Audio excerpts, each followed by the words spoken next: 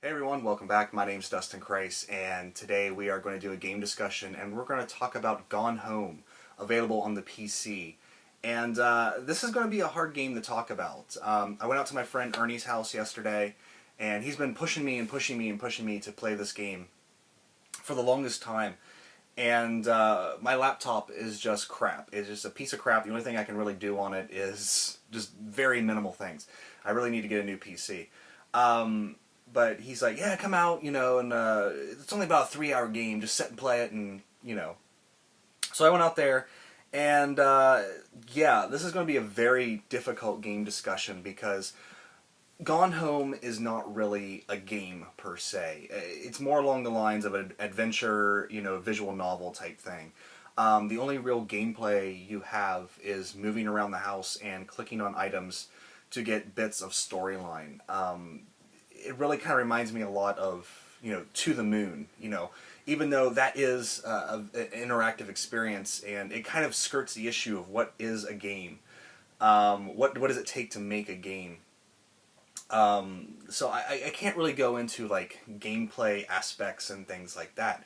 So I'm going to be doing something that I don't normally do in my game discussions, which is kind of talk about the narrative itself. So this is probably going to be kind of spoilerific. I might not talk about the actual details of the story, but I'm going to talk about the sort of narrative thrust and sort of the ideas present in the game. So if you have not played Gone Home, and you plan on playing Gone Home, I would really suggest you stop watching this now. They're preparing some next-gen release of it, whether it be on the PS4 or the Xbox One. They haven't really decided yet. So there are going to be other avenues to play this game. So if you have not experienced this yet, it's really one of those things that you want to go into knowing as close to zero as possible. So like I said, if you have not played this and you think you might play it somewhere down the road, I highly suggest you stop watching this video right now. That being said, we're going to go ahead and continue, and I'm going to talk about this because it is kind of one of those, it really kind of shocked me in a lot of ways what this game actually ended up being. I thought it was going one direction, and it completely kind of went a different direction, and I really have to kind of give it credit for that. Like, it pulled a wonderful misdirection. Let's go ahead and get into it and talk about it a little bit.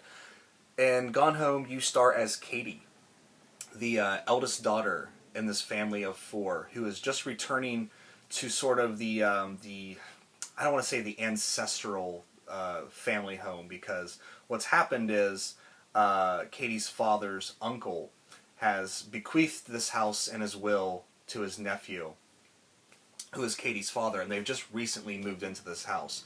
So Katie's kind of coming home from this European trip to sort of see the new old house, as it were, and visit the family. Unfortunately, she kind of comes home early, and there is no one in the house. The house is empty, there's still boxes everywhere. You can tell that the move has not been completely finished. She comes home on a very, very stormy, dark, ominous evening to find the house completely, closed and shuttered and everything. And as she moves in the house, she starts to find snippets of notes left to her from her younger sister, Sam. And really, when you boil this game down, even though you're playing as Katie, the main character of the game is Samantha, the youngest daughter. And as you move through the game, you get this complete storyline of what is going on in this house. Not only with Samantha herself, but with the father and with the mother. And when you start this game, you have no idea who these people are. By the end of this game, I would argue that these are some of the most complete characters that you will never meet, because you never actually run into any of the other members of the family. You just have to piece things together from interactions with the objects in the house and these snippets of story. And the way it's done is brilliant, absolutely brilliant. As you find pieces of Samantha's life, she actually narrates the storyline as it's going, and the voice acting is phenomenal, pitch perfect. I mean, it just draws you in. The other things with the parents, you find all these notes. You find out that the father is a failed author and he's slipped into alcoholism because of something that's happened way back into the past. And because of that, his wife is now, going into an extramarital affair, and it's just all these crazy things. And as you dive deeper into the house, you dive deeper into these people's lives and their past, and the sort of the horrificness of, because there is a horrific event that's happened way back in the past that has kind of set the father on this path. But all of this is a complete red herring, because you think that this is going to turn into a very ominous and dark, kind of occult sounding story. And when you get to the end of the game, you realize that was all just a smokescreen, and it really was just a simple love story. And, it is kind of a horror story in a way, because some definite horrific things happen to these people. The father getting molested when he was a child and moving back into this house has sort of reawoken the memories because he was molested by that uncle. So he's slipped into drinking again and sort of ignoring his wife and all this stuff. That's the sort of domestic horrificness of being different. Because Samantha, as you find out, she sort of blossoms into womanhood by meeting another girl, and this sort of love story between her and this other girl, and the unacceptance of it, because this is set in 1995, and while acceptance of homosexuals has made leaps and bounds in 2014 here, it's still a pretty hotbed topic. But back in '95, to have your daughter come out and say that she's in love, or I can't remember if they actually said if she came out to her parents or if her parents just discovered her and this other character named Lonnie. If they discovered, I think they just discovered them, and the sort of that discovery, and how parents just can't accept that their perfect little child could be anything but what they imagined them to be. It's pretty, I don't know.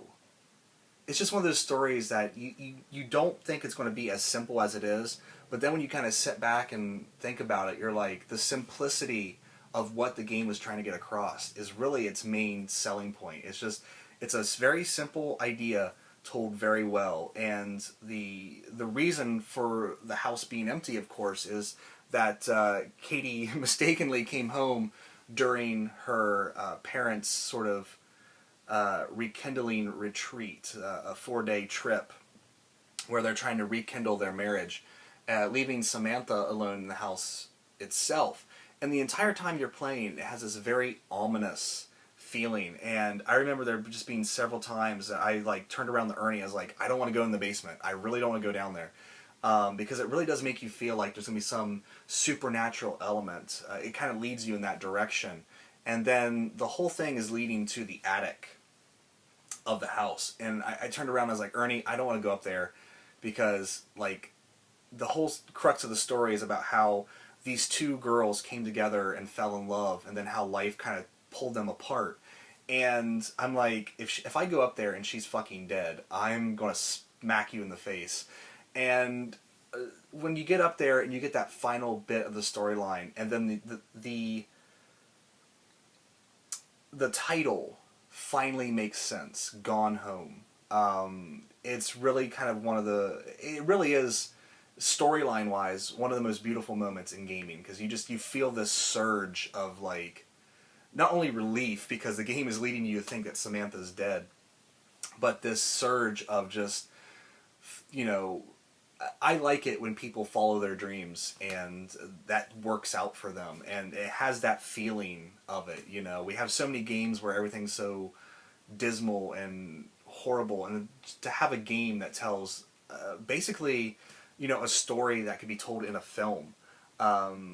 It's games like these that really kind of push the medium forward and get it sort of accepted as more than just a kid's game. As great as Mario and RPGs and stuff like that are. Sometimes they tell very convoluted stories, or they're just all gameplay.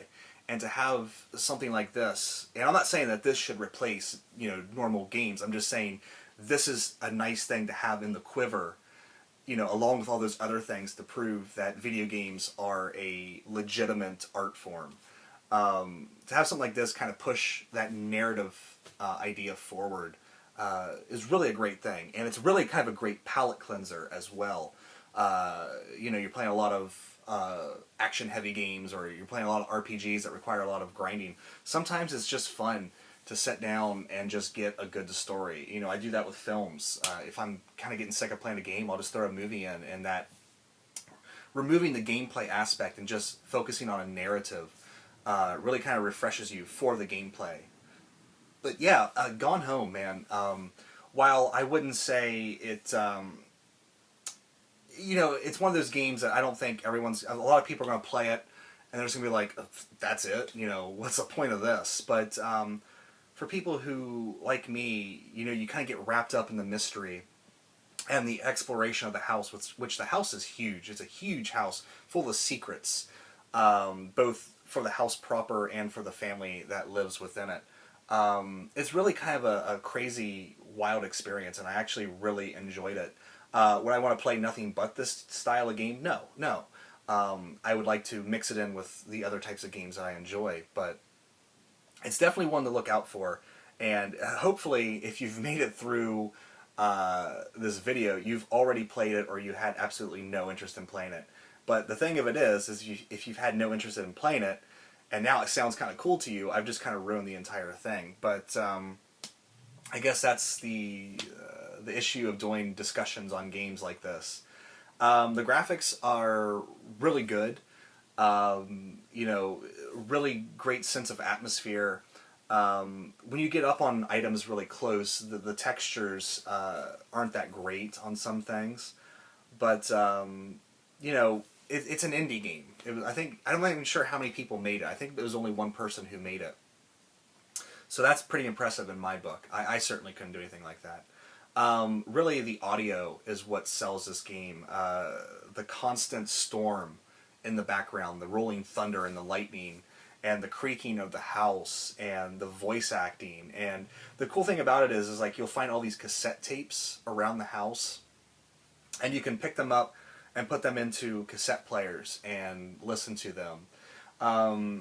Which is usually just some made up music. It would have been cool because there's a lot of stuff about like Nirvana and that era. It would have been cool if they actually were able to license some real music, but I understand why they couldn't.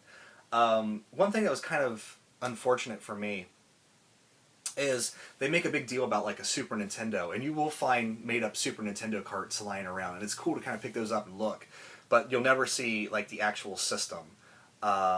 You'll find VHS tapes all over the place, but there's never a VHS player to like play any of the tapes and see.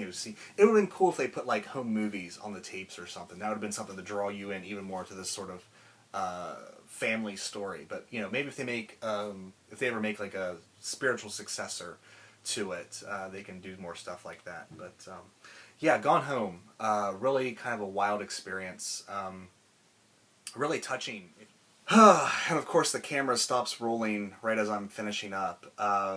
Forgot to delete the Veronica Mars movie off my iPad, and didn't have enough memory. But anyway, yeah, Gone Home. Really kind of a wild experience, and something that I'm not really too familiar with is this new surge of adventure games. But I'm really if they're of this quality, I can really kind of get into that. It's a nice little diversion from a much longer game, because this is only like 3 to 4 hours. Knocked it out in one setting, which is how I recommend doing it, because you really kind of get wrapped up in the storyline. And if you play it with a pair of headphones, that makes it even better, because you're just fully immersed in this family and in this house. But anyway, that is it for Gone Home. Definitely a unique experience, and one that even if you haven't played that style of game before, I would definitely say give it a shot if it's cheap enough to where you feel comfortable paying for it. I don't want to lead anyone down a bad path into something they won't like, but for me, I really enjoyed it. So that is it for this video. I want to thank you guys so much for watching. Take care. I'll see you next time.